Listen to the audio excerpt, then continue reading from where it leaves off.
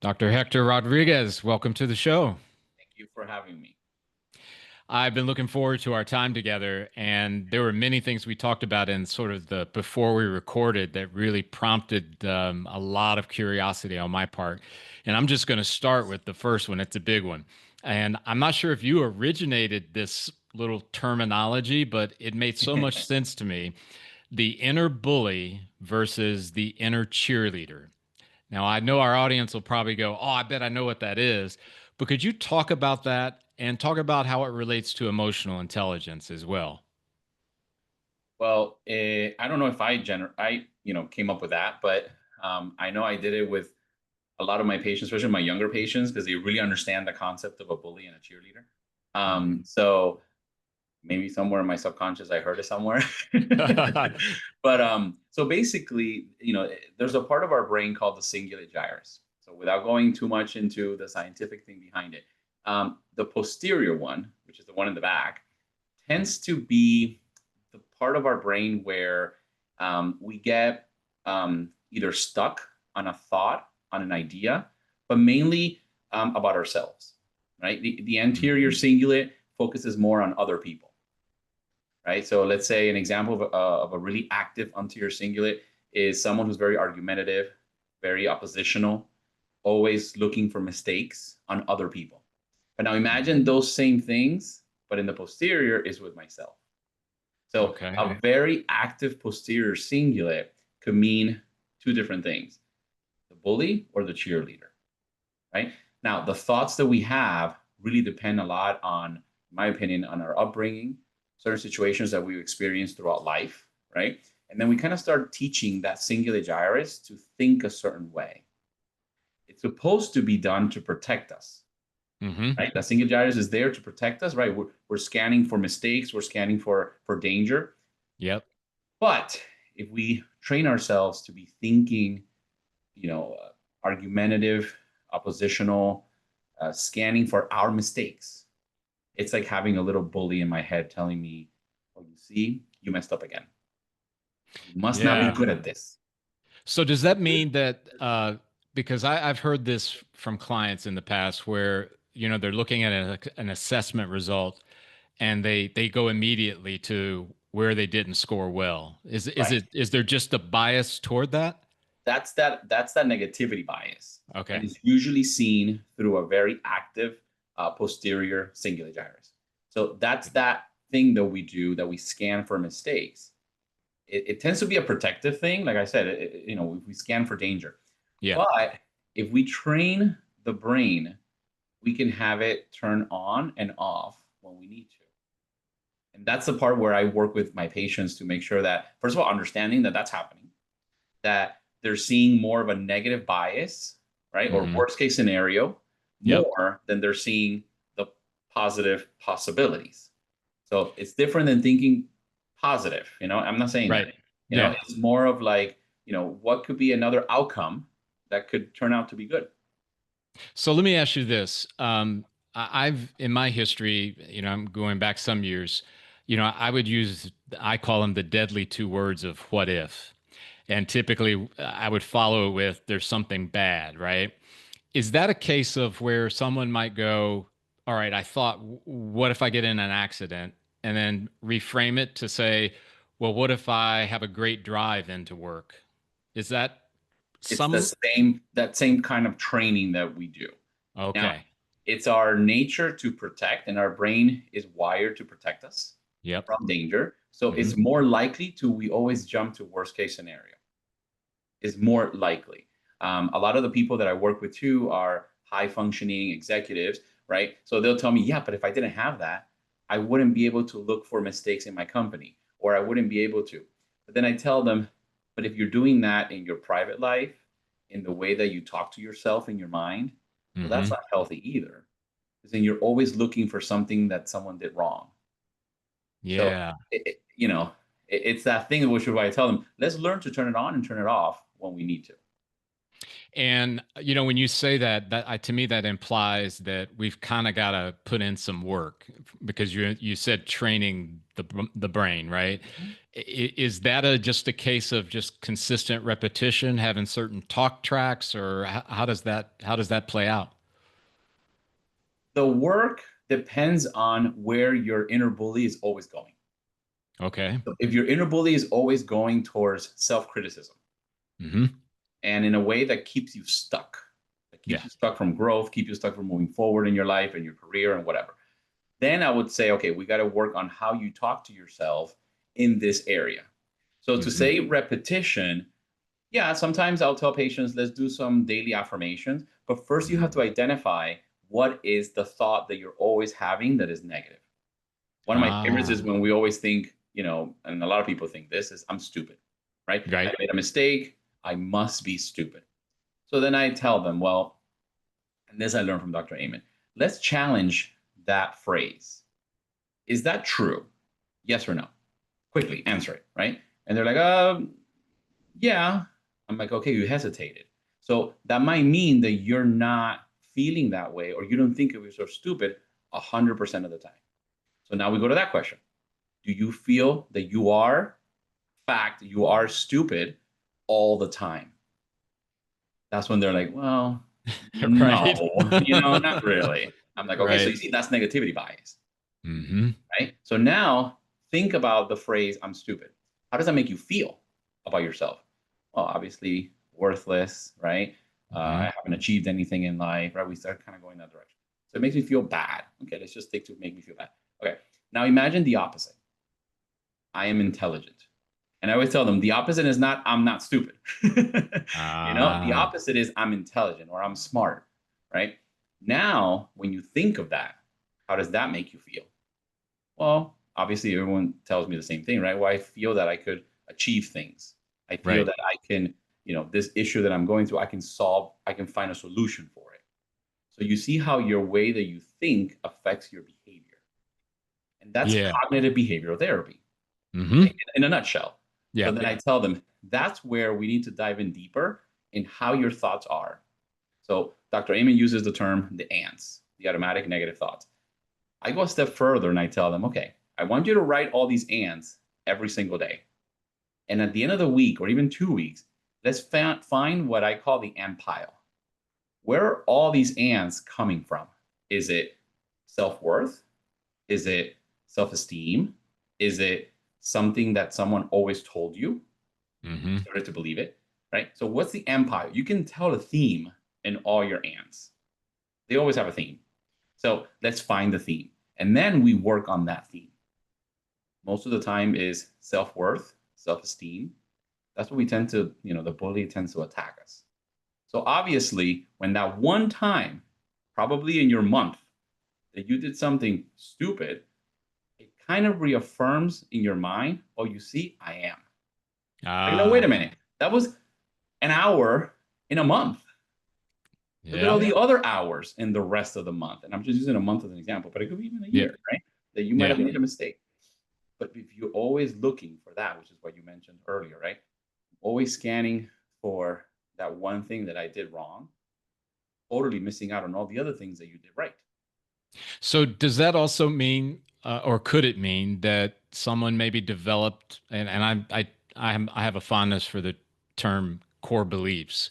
Mm-hmm. Um, maybe they grew up in a home where maybe a parent in so many ways might have said, you're not very smart, or you are stupid. Is that part of the dynamic? I know it probably doesn't, that's not exhaustive, meaning every situation, but does that play a part? I think it definitely plays a part. Sometimes it's not a parent. Sometimes it could have been a teacher. Yes. It could have been a classmate. It Yep. could have been a friend that you had growing up. Yep. There's certain phrases that, for whatever reason, that I still haven't been able to figure out, that kind of get stuck in us. And maybe someone said it in passing, and it really resonated with you, and it clicked in that moment. And then Yep. you start believing it as your core truth, right? This Yep. is who I am. This is how I define myself to other people. And like always, self fulfilling prophecy, you're going to start behaving that way. But you've also illustrated, Hector, that there are methods, tools, ways of rewiring, Right. re-looking, that kind of thing. So in that moment, that got wired, that thought. Yep. Sorry to interrupt you, but I wanted to make No, no, sure. no, no. That's great. I mean, that's a great observation, right? So if in that moment something negative got wired, it's also possible that something positive can get wired too. Exactly. And you Yeah. can also rewire the brain, your thought processes. You can Hmm. say, okay, well, if at one point a phrase got stuck in my mind, Yep. I started, just that's true, that's true, that's true. We can do the same thing with another phrase. Yeah. So how about as it relates to emotional intelligence? Can you draw a connection there for our audience? Big time. Because so the posterior cingulate, when it's active, it could also implicate that we have good emotional intelligence because we're very self-aware, Okay. right? Yep. So that concept of self-awareness, being able to recognize, be sensitive to my emotions, so it's focused on me internally. That's still Hmm. the posterior cingulate. So Okay. that's where it could be lit up and it's a bully that is acting. That's why I always go to, like, let's think about your thoughts, but it could also be the cheerleader. Hmm. So obviously, most people, unfortunately, because of what we just talked about, they tend to turn towards the bully kind of thinking, and they forget that they could train their brain to be an internal cheerleader. But all of that comes from the concept of emotional intelligence. It's all in the posterior cingulate. So most of us who work in healthcare, or even more specific, mental health, Right. therapists, psychiatrists, coaches, all of us Yep. usually have a very active posterior cingulate. I'm curious, has that ever been measured? I've seen those, graphics where the I'm trying to remember where I saw it, but where they did a brain scan when somebody was experiencing certain emotions and or certain things that catalyst for emotions. Has that ever been done in this regard? Where okay, Yeah, wow, usually it's done with a functional MRI, as okay, opposed to what I was referring to when I talking about scan. I'm talking about a SPEC scan, which yep, is looking at brain activity through brain circulation. okay, But a functional MRI, you can see that, and those are the studies that you're probably referring to. Those have okay. been more popular recently. Well, it's interesting to me because in the corporate setting, right, and it's not so much anymore, which is great. Used to be, all this emotional intelligence stuff was soft skills, and I'm sure why that has to be, and we don't really need that. And I think it was a denial that there was actually something happening in the brain as people who are working in the corporate environment are experiencing day in and day out, right? Um, so, if I might, there was another thing that we talked about that I thought was really fascinating, and I didn't know it. I remember asking you a bit about psychiatry, right? And then you went right into, well, you know what psychiatry means. You know what that. Can you talk a bit about that and the psyche? I think was it a white butterfly? I'm probably butchering it, Hector, but can you talk a little bit No, you're about that? right. You're right. You're on it. So I honestly came into this accidentally. A few years back, it was actually right before the pandemic. It Hmm. was February of 2020, so it was like literally right before everything just shut down. Yep. We had gone to Europe. We were in Paris, and we went to the Louvre, and I really got just fascinated by this statue in the corner, and it was a statue of Cupid, right? Arrows Hmm. kissing a girl, right? And it's called Cupid's Kiss, right? For some reason, I just kept kind of going through it. So I got home and I love art. I love history, especially Greek mythology and all that stuff. I'm a nerd for that kind of stuff. Um, Okay. and I was like, okay, let me learn about this. And it turns out that the girl, her name is Psyche. So I thought I was like, okay, that's kind of interesting. Let me keep reading more. And that's where the word psychiatry comes from. So psyche in Greek means the soul. And Oh, there it psychiatry is. is the medical management or the management of the soul. So I thought that was just not only like just beautiful and poetic. I was like, this is amazing. Like it just opened up my mind to the word psychiatry, which for a while has had a negative view on it. Um, you're psycho, right? These kind Hmm. of tags, right? Um, Yep. but me being the person that I am, creative and curious all the time, Yep. I started looking even more. And the girl, her name is also the white butterfly. So to me, that was a perfect marriage, and that's what I named my practice, the white butterfly. So I have Wow. pictures of that statue everywhere. I was even thinking about getting a tattoo of it. It's just so freaking cool. And Yeah. I read the book of that story, which is a Greek, mythology story. Um, Yeah. so I thought it I, was you just know kind of what? fascinating. I just can't help when I think about America, and you mentioned about the negative connotation with psychiatry, and quite frankly, again, I think it's improving our It, perspectives about mental health, brain health, those kind of things. But for the longest time, I think the association for that term was typically negative. And I just have this image in my head of a doctor letting a person know, I just want you to understand the meaning of my work. The meaning of this work is, it would seem to change the paradigm a bit. You know what I mean? yeah, it just changes, I think. And it also tells us the power of words.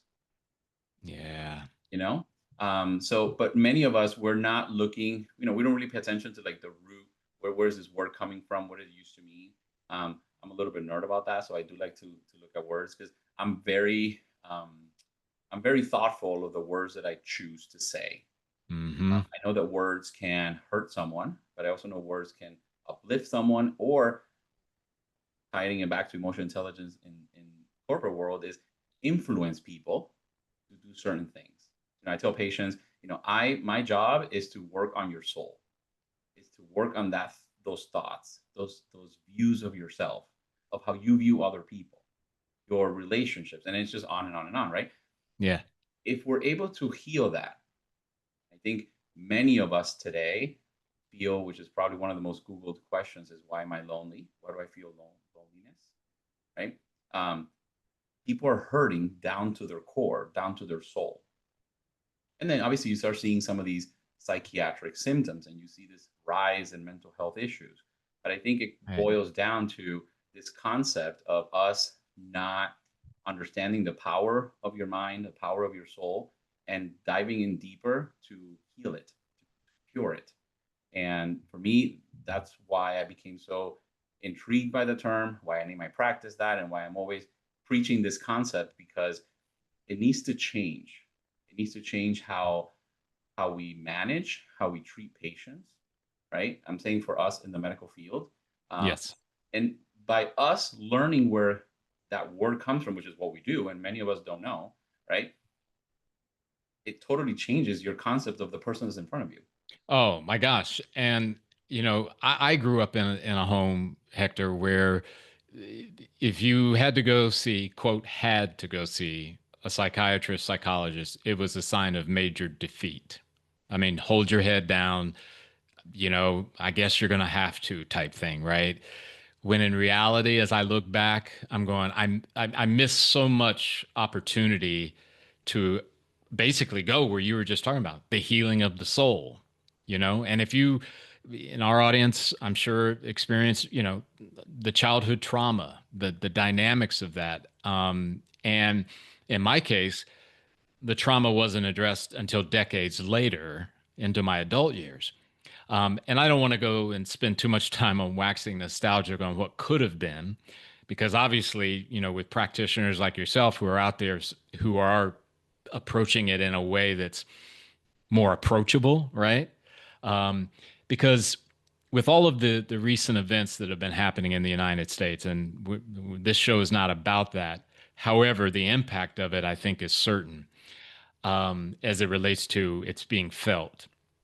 And I'm getting a sense that there is more openness, or starting to be more openness, to not look at the word soul as something, oh, I can't talk about that. Oh, well, Oh, I I'm can't not handle I'm that. not religious, those kind of things. Because it has really it has very, very little in my mind to do with religion. It's who you are. And I'll just give you this quickly, because what you're saying is just so it's just so resonant. Um, I'm a big music fan, right? And one of my favorite artists probably would be the soundtrack of my life is Pat Metheny. And he's in the jazz realm. Some people have heard of him, some people like him, that kind of deal. But I was watching an interview that he did at this neuroscience conference, and they were talking about how emotive his music is, right? And they were asking him questions like, do you feel all these different emotions when you're playing, and what do you think your audience is feeling? So they were going deep with it, right? And then one of the panelists asked him, or the moderators, so do you think we'll come to a day where we'll be able to know that when you play certain notes, it's going to make a person feel a certain emotion? And he just shakes his head. Hector is kind of like, you know, uh, the only problem is that when you get that close, you're going to bump into the soul, and we're all unique. And it was it was such a great statement of this, of being a human being, right? Um, so thank you for allowing me to go down that rabbit hole about music.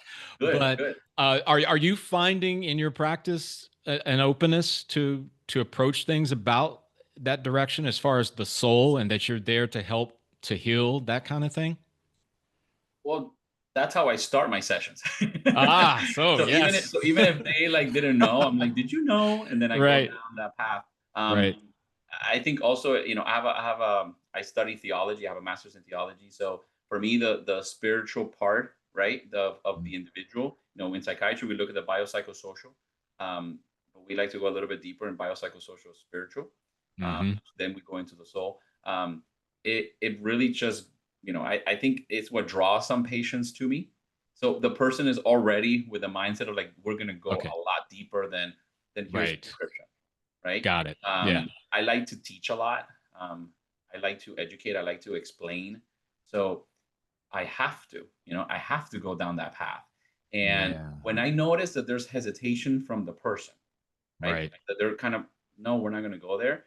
That's when I know we got a lot of work to do Oh my. Is because so they're blocking. okay, so in if I understand you correctly, if they're not open, or if they're hesitant, right, to this point, that might be an indicator that okay, you're going to have some much Yeah. deeper work to do. Wow. Most of the time, it comes from a place of that soul was hurt. There's a wound Yeah. there that is rotting, right? At some point, we just put a band-aid on it, and we don't know want anyone to touch it. So when I notice that immediate block, and you can tell. I mean, I always I try to work with, and I've met with a lot of therapists and coaches, and I'm always checking, do they have that sensitivity to pay attention when the person is doing that? Hmm. And I'm so blessed to be able to be surrounded by people who have that, right? Because when there is a person that has their soul hurt, right, really deep wounds, that tells me that they don't want to feel vulnerable, which is why they're blocking me.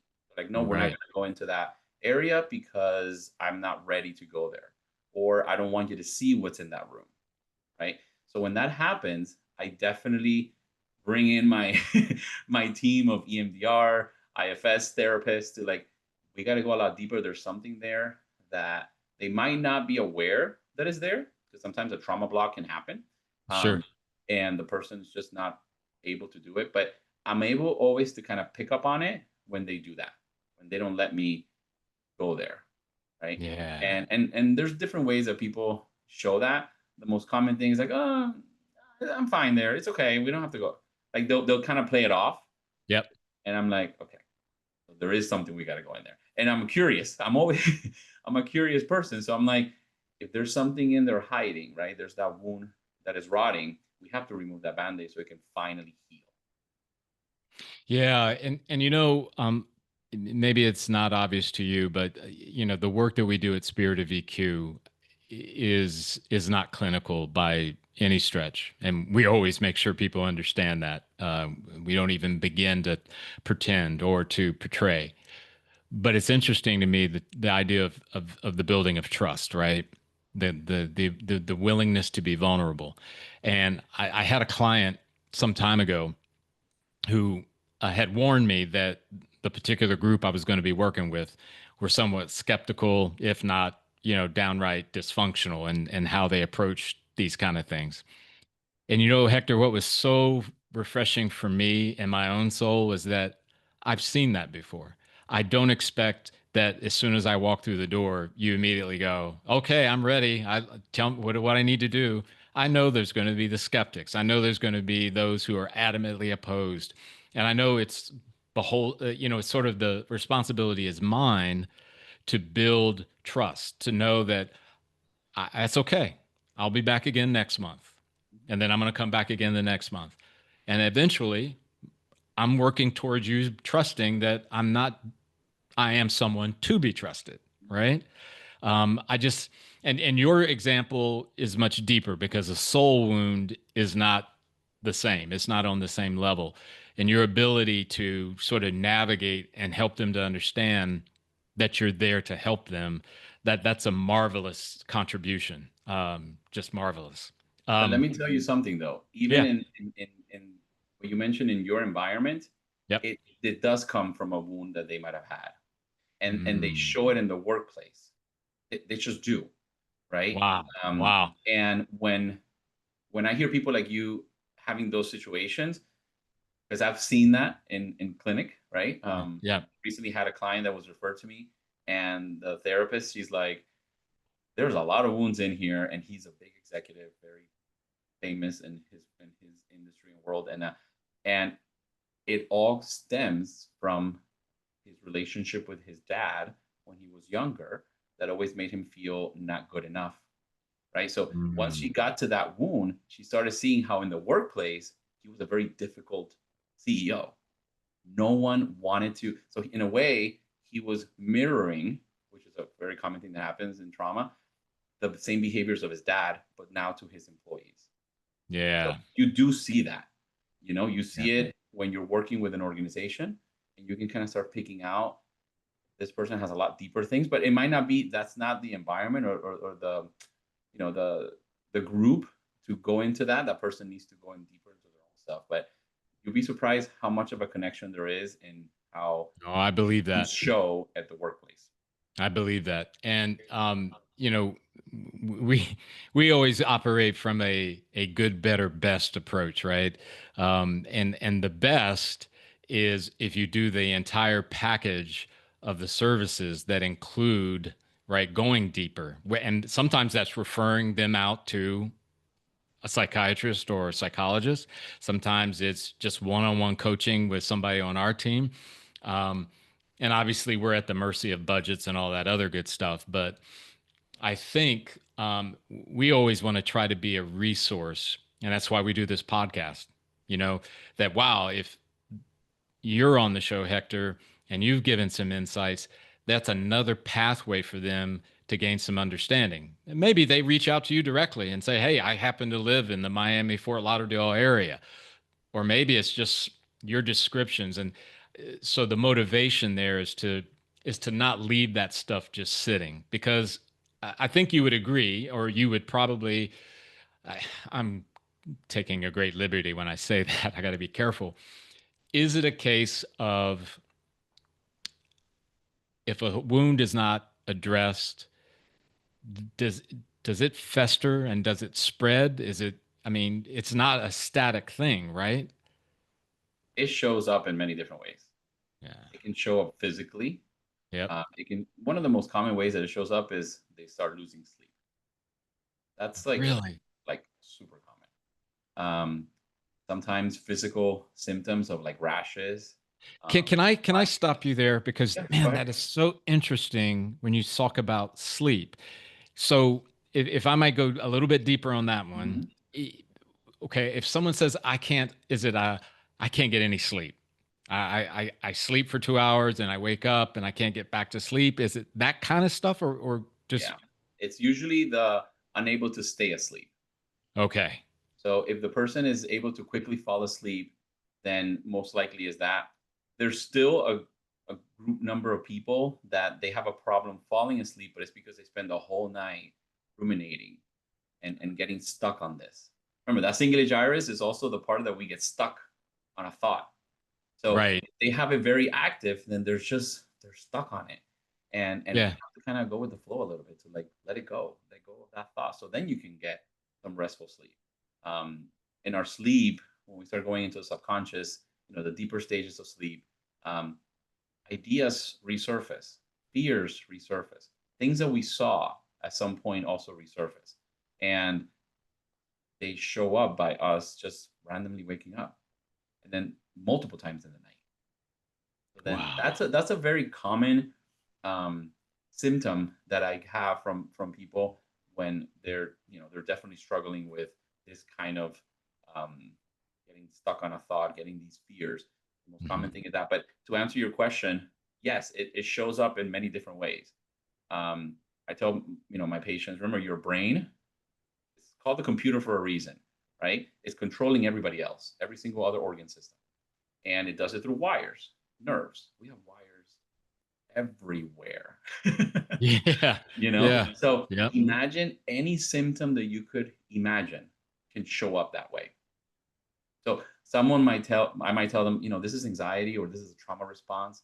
They're like, but I don't have those thoughts. I'm not afraid of anything. Yeah, but it's showing in how you're losing your hair, how you're not sleeping, you're having all these random stomach aches. Your period in women is off, right? So it shows up.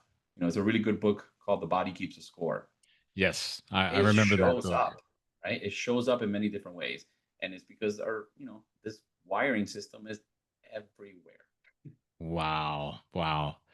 All right. So, one of the things that I realized early on when I have a great guest is there's never enough time because I could keep going here, but I And I want to told get you, to, I warned you of that. I'm like, I yeah, can keep well, on talking no, about this forever.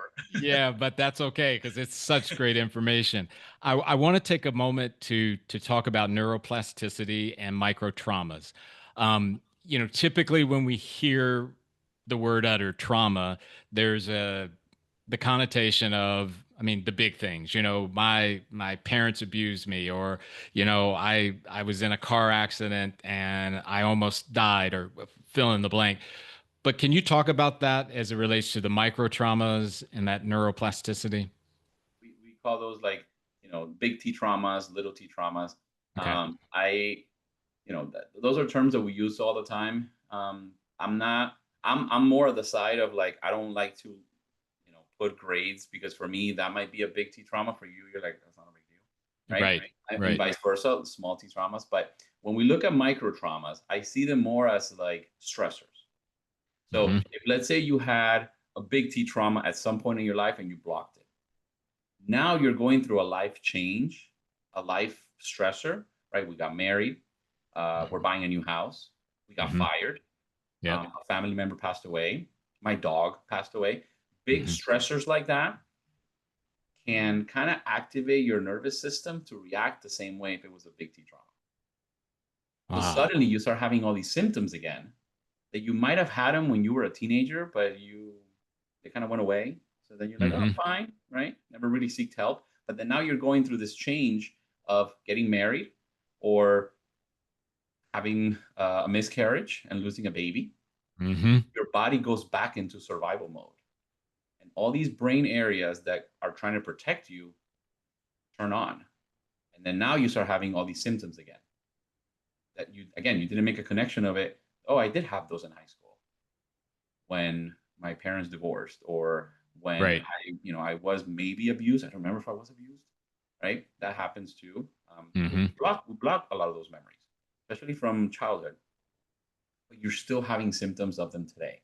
So those micro traumas, what they tend to do, they tend to kind of ignite this wound, like or poke it, right? Oh, something else that was stressful, that it looks like, sounds like, smells like this thing that happened to me maybe 20 years ago. And some symptoms resurface. So when you say that, it makes me think of like a scab, you know, and you pick at it Mhm. a little bit and then you keep going back to it. Um, I don't know if that's necessarily exactly a connector, but I guess, Hector, I'm thinking of it in terms of it's going to resurface maybe the big thing. Is that kind of where you're going with it? That's technically what it is. But still, it's funny because so I'm working on my next book, which is on these wounds, right?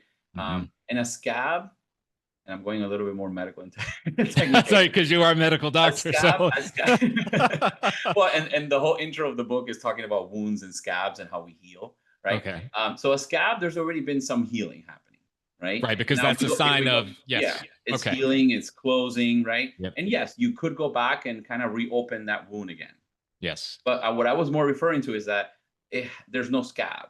It's just literally rotting away, right? There is Wow. pus, there is like just gross stuff.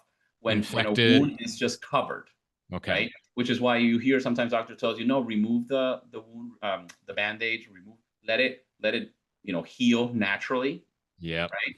Um, that it's I'm thinking, what I'm trying to explain is more of that, right? Yeah, that makes Kind total of put a sense. little cover on it, Yep. and we're gonna ignore that for now. We're not gonna look at it, Yeah. and then it And is shows that up again? later. I know I'm interjecting as you're talking, but this is so fascinating. Is that maybe the case of where, um, gosh, how would I say this? The infection is becoming more and more evident because it's not healing. No, and it spills into all different areas of your life. So that's why Wow. I think of it as a rotting wound, because now you're gonna get some redness, some irritation, some pain, itchiness, Hmm. and then yeah, Yep. pus, like gross stuff, right? So when I think of that, I think of these other symptoms that are showing up in your life. Maybe you become more irritable towards your spouse. That before they're like, wait, what's wrong with you? You've never been this person. What has Right. changed?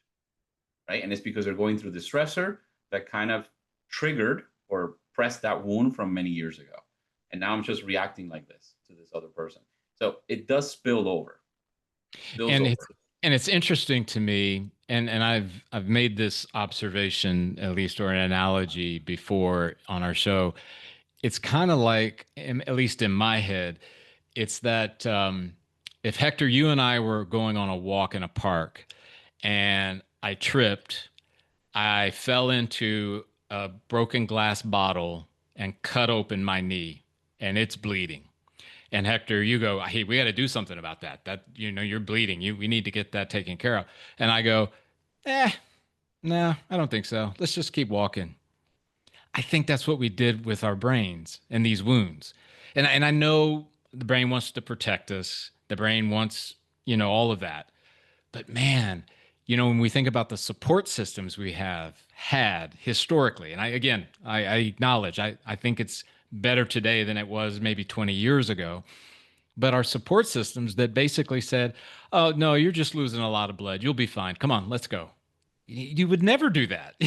you know, it's just amazing. And even today when we're looking for support systems, when we're building our tribe, right? I tell Right. patients, let's look for people who are going to take care of my garden, right? They're going to take care of all this work that we're putting into this Yeah. thing, right?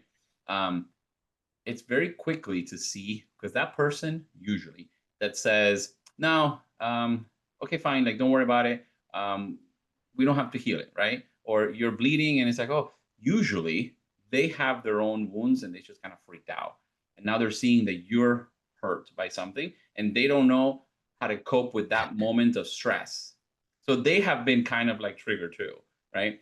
Yeah. And we see that a lot in our, I think, in our parents.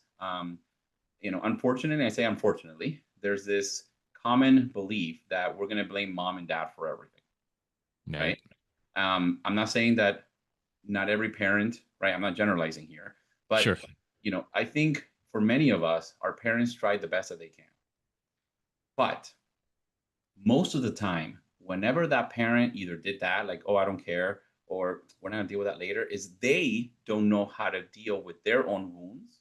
And they're just passing on to you what they did, Yeah. thinking that that's gonna help you too, Yep. right? Yep. Thinking that by them just telling you, like, no, no, no, you're fine, don't worry about it.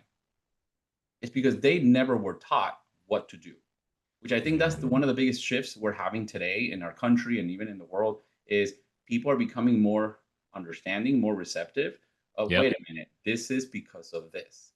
right? I'm reacting like this towards this person is because I also have my own stuff that I haven't healed from. But you know what? I'm here for you. I don't know what to do, right? You're bleeding. I don't know what to do. But then let's go to someone that can help us with what's Yeah. happening here, right? So Yeah. I think that is shifting a little bit. I mean, we can generalize, right? But in my opinion, that's something that I've seen a lot, right? It's that person just didn't know what to do with their own wounds, and usually, let's say, a parent, and Well, they're I just know for passing that on to me, you. I I have acquired, if not developed, a great deal of empathy for my parents.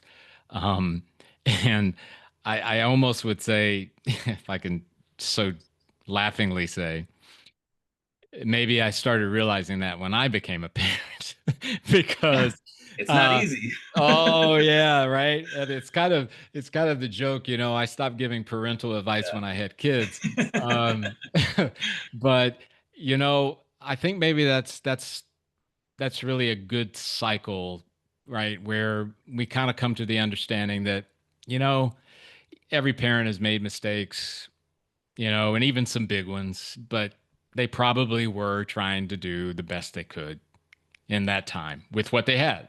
And what they were taught by their parent, Yes. right? A lot of Yeah. this, we talk about generational trauma, and we're not going to open up that Pandora's box, but a lot of that also comes from that. Their parents were also taught them that way. Yeah. So I'm a firm believer that that's usually the case. So, but when you're bleeding in that moment, you're not thinking about that. You're thinking about, oh crap, I'm bleeding. Yeah. You want to help me? Like, what kind of parent? What kind of wife are you? What kind of friend are you? Right? But we don't Yeah. think in that moment, like, oh crap, you went through the same thing, and you just don't know what to do either, right? We don't think of that either Yeah. because we're Yeah. so self-centered, especially in that moment, right? So it's hard. People are complicated. We're complicated. Our brain is not as simple as at one point they taught us that it was just to salivate, to walk. Our brain has a lot of functions, and to say that all these things we do and we just kind of adapt, go with it, right? Because we weren't really given the right tools at that point. I One of the things sometimes that we think, you know, Hector, here in the United States, anyway, I'm going to speak to that. I mean, and I know maybe in Europe, maybe it's real football, but in our nation, we call it football, right? Um, I think and maybe this has trickled over into the industry, the corporate, the approach that, you just got to keep pushing, you got to keep grinding, and to stop or to pause or to say, hey, I can't do this it's a defeat. It's like you're down 21 points and it's the fourth quarter. And I know, and again, though we're not in the clinical world, I remind my clients, this thing called life is not a football game. It's not a competition. It's not about who can endure the most and come to the end. And my hope is that we're becoming more like aware that actually that is to our detriment. You know what I mean? Yep. We So, need to be able to stop.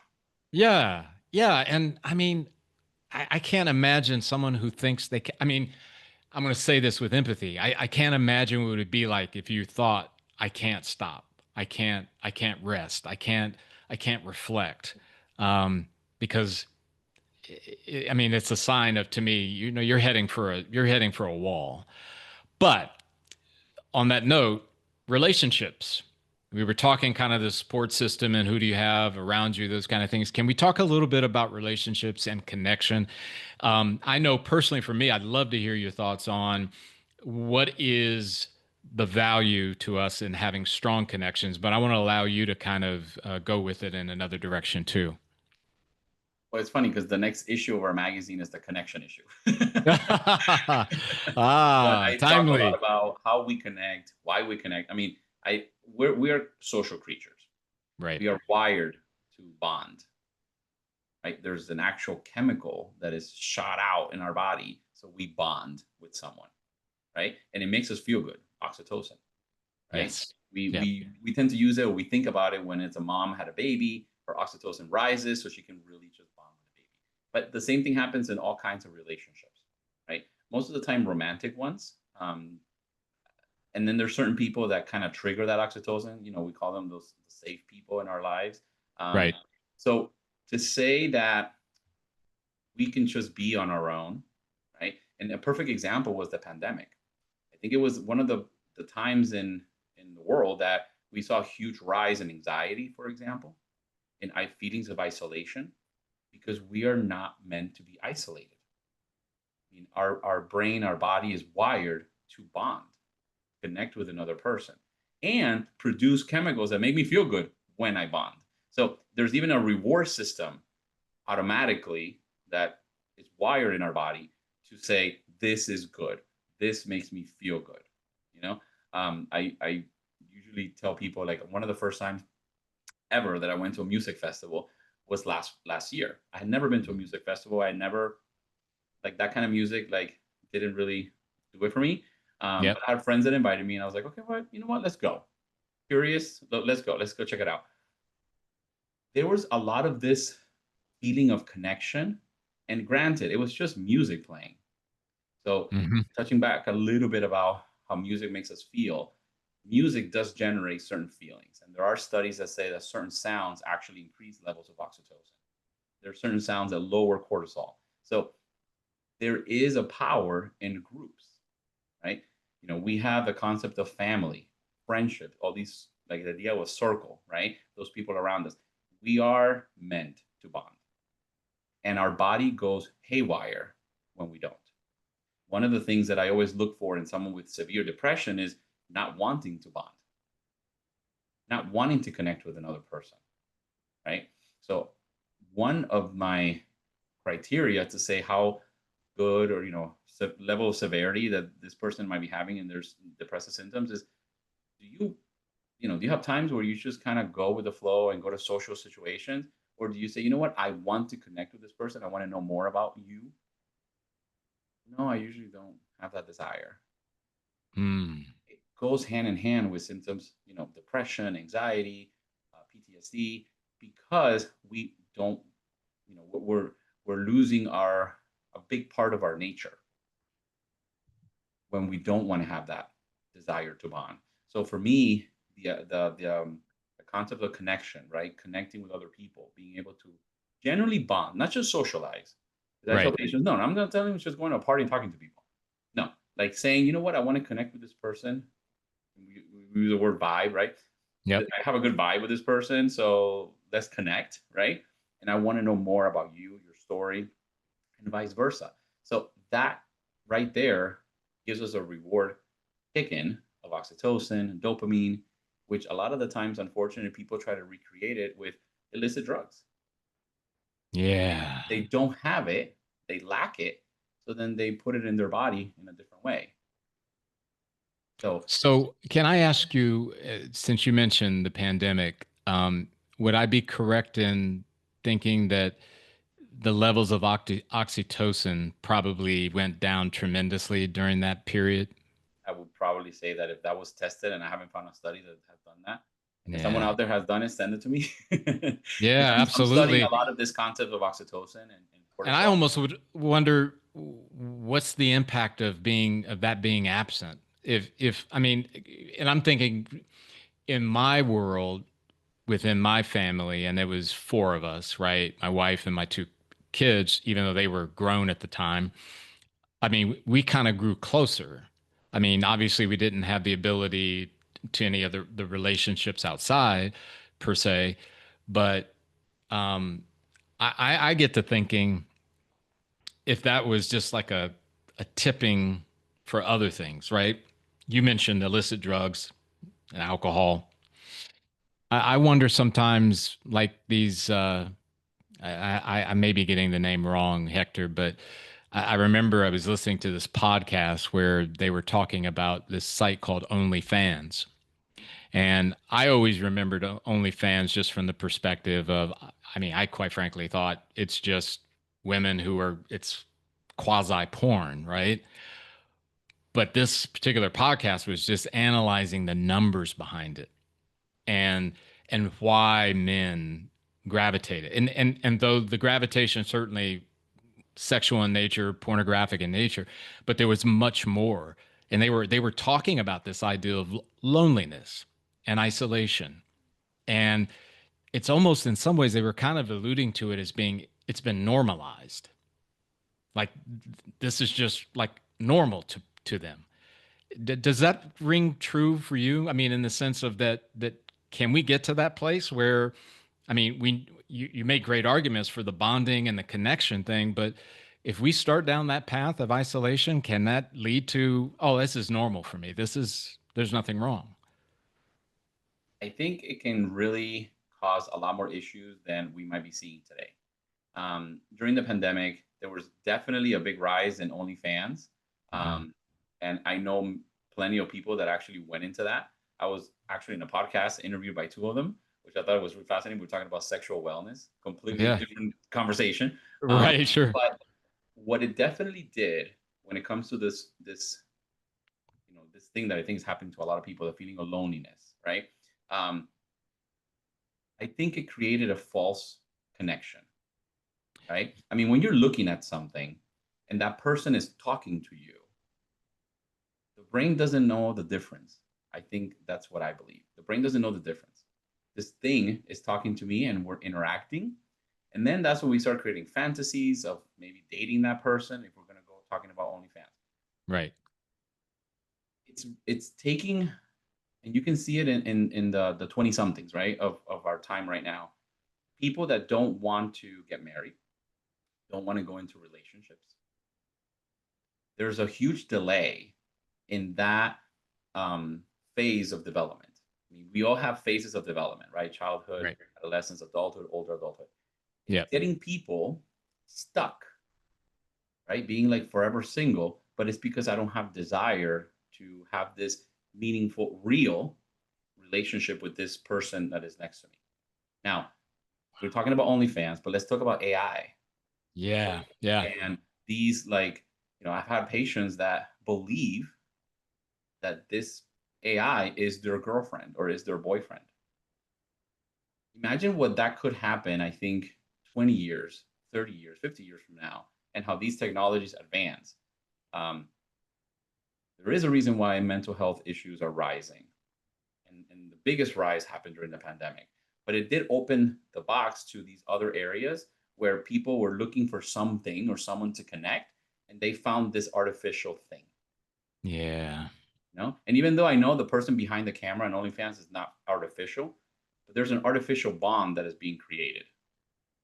Yeah, because ultimately it's not real No, because there's no true connection. There's no no, true bonding. there's no true connection. Yeah. And you mentioned about this about your brain doesn't know that it's not real.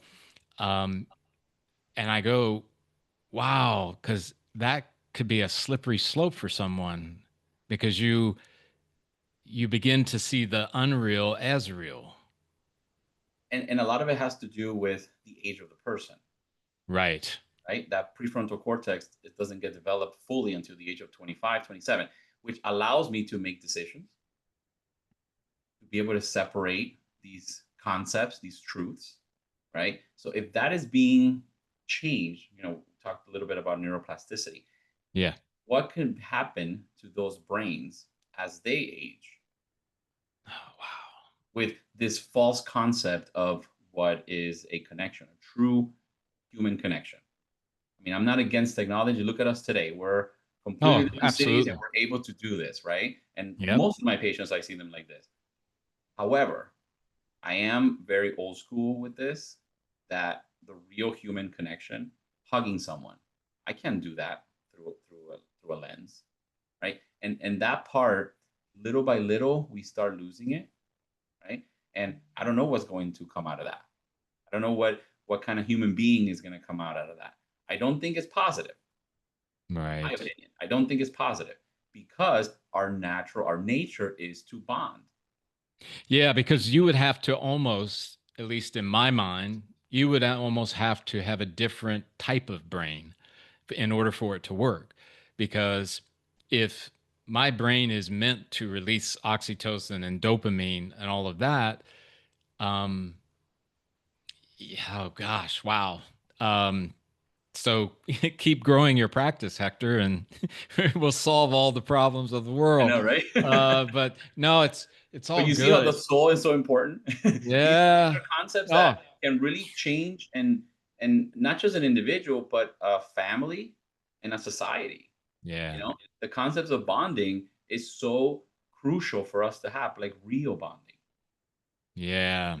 It makes me think in my observations of family members, and I have one specifically in my mind, and I just really never thought about it, but it's kind of, yeah, he he's probably got a pretty healthy soul because he's in that 20-ish range, Mhm. uh, but he's not, how would I say it, Hector?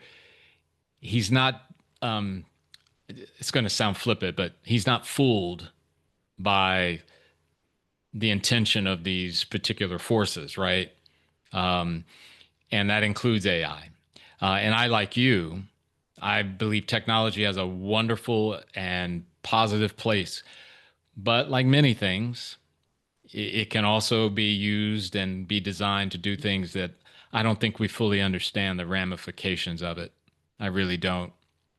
I mean, a really good book is An Anxious Generation or The Anxious Generation. Mhm. And we're so constantly getting fed fake dopamine.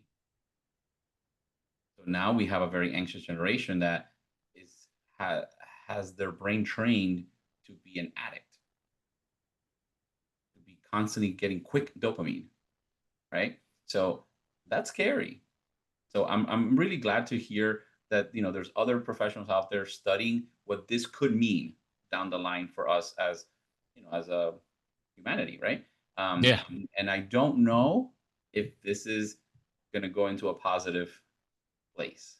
And I'm referring like things like AI when they're being used for something like that, right? Creating these false connections and this, this boyfriend girlfriend thing, which is, we I'm 42 and I have seen, many devices. I had yeah, the Nokia, I had a yeah. beeper at one point, but Right. the kids today didn't have that, right? So now we're already seeing the world through a different lens.